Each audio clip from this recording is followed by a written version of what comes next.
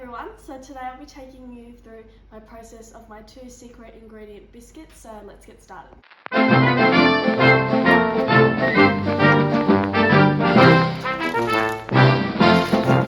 Now that I've washed my hands and lined my trays with baking paper and turned the oven on to 350 degrees Fahrenheit or 180 degrees Celsius, we're now going to begin baking. To ensure quality control, I'll be wearing gloves throughout the process to ensure the cleanliness of my inputs. So for my ingredients, I have flour, baking powder, bicarb soda, half a cup of unsalted butter, caster sugar, brown sugar, vanilla essence, 1 egg, and then my 2 secret ingredients, chocolate chips and caramel fudge. Now that my oven's turned on, I'll begin by putting 1.5 cups of flour into a bowl. To ensure quality control, I'll be scraping all the excess off the cup. Now that I have my 1.5 cups of flour in a bowl, I'll be putting 1 teaspoon of baking powder in. And to finish off my dry ingredients, I'll be putting half a teaspoon of baking soda. Now we'll mix it all together and then set it aside. In a separate bowl, I'll now be combining my half a cup of softened butter, my half a cup of granulated sugar, my 1/3 of a cup of brown sugar. Now that I have my stand mixer, I'll be mixing my butter and my sugars on low to medium speed until they're light and fluffy.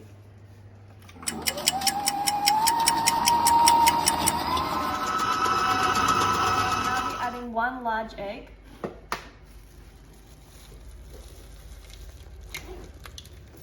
and 1 teaspoon of vanilla extract. I'll now be mixing my egg and my vanilla into the sugar and butter mixture on low speed and scraping down the sides as I need until it's light and fluffy.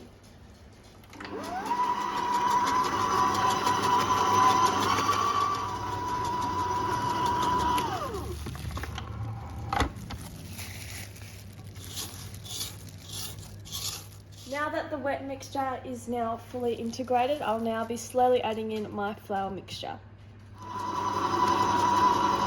It's now mixing on low speed until it's just combined. Now that my biscuit mixture's all mixed, I'll now be adding one of my secret ingredients, 1/3 of a cup of chocolate chips.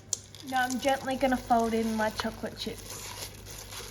I'm now cutting my second secret ingredient, caramel cubes, in half and measuring them on the scale to ensure they're 7 grams each for quality control. I'll now be inserting that caramel cube into the middle of my cookie dough mixture and wrapping it around.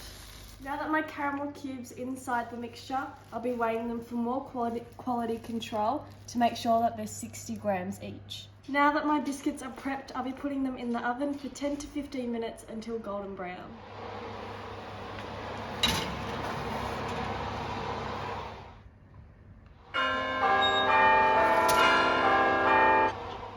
Biscuits are all cooled. For our final step, we're going to melt our leftover 1/4 of a cup of chocolate chips in the microwave at 20-second intervals to make a drizzle.